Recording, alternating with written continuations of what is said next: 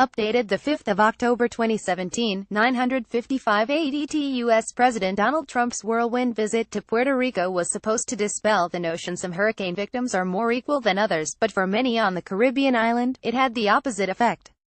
Mr. Trump's awkward ad-lib praising the island for having a lower death toll than a real catastrophe like Katrina rubbed salt in a festering wound.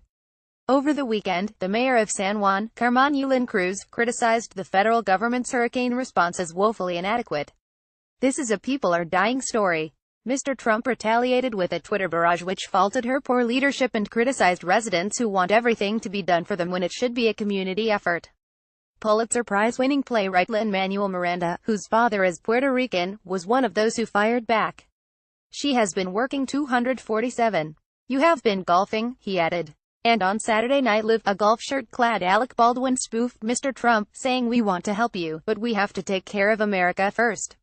Ms. Cruz, played by Melissa Villaseñor, asks, "Wait, you do know we're in American territory, don't you?" To which Baldwin as Trump gasps and replies, "I mean, I do, but not many people know that."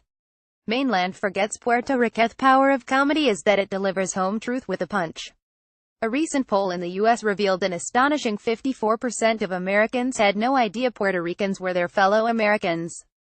Perhaps not surprisingly, the poll also showed Americans who knew Puerto Rico was an American territory were more willing to spend federal dollars on hurricane relief than those who believed Puerto Rico was foreign soil. Puerto Rico has struggled with this identity crisis for a long time. In Leonard Bernstein and Stephen Sondheim's 1957 classic West Side Story, Rosalia and Anita argue over which is better, New York City or the island.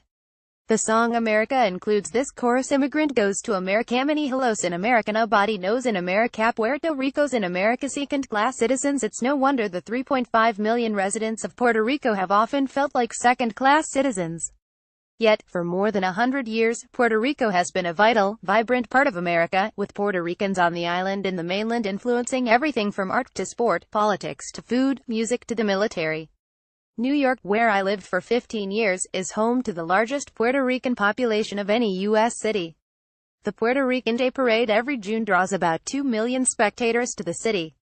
San Juan, Puerto Rico is about 1,600 kilometers from Miami, Florida. For comparison, that's about 1,000 kilometers closer than Melbourne is to Auckland. While both Spanish and English are official languages of the island, most people speak Spanish.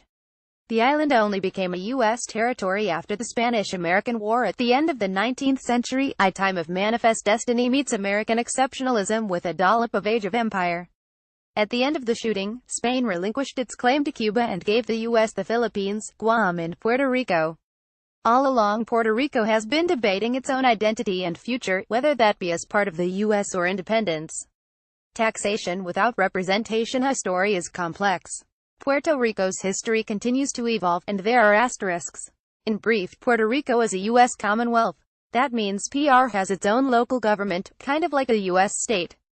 But it's not a state, which means no one in Puerto Rico can vote in the U.S. presidential election, unless they move to the mainland, which they can do anytime, because they are American. The island of Puerto Rico actually does have one representative to Congress. But there's a catch: that representative can't vote. Yet, Puerto Ricans pay some federal taxes and can, and do, serve in the U.S. military. Every American student is taught this catechism: no taxation without representation.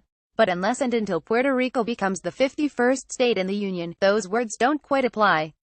In fact, Puerto Rico voted to become a state in June this year, in the face of an economic crisis and an exodus to the mainland. But it takes congressional approval for this to happen, and that looked like a long shot before Hurricane Maria. On the island, the massive cleanup continues. The lack of electricity and clean drinking water are driving many Puerto Ricans to the mainland, so many never to return.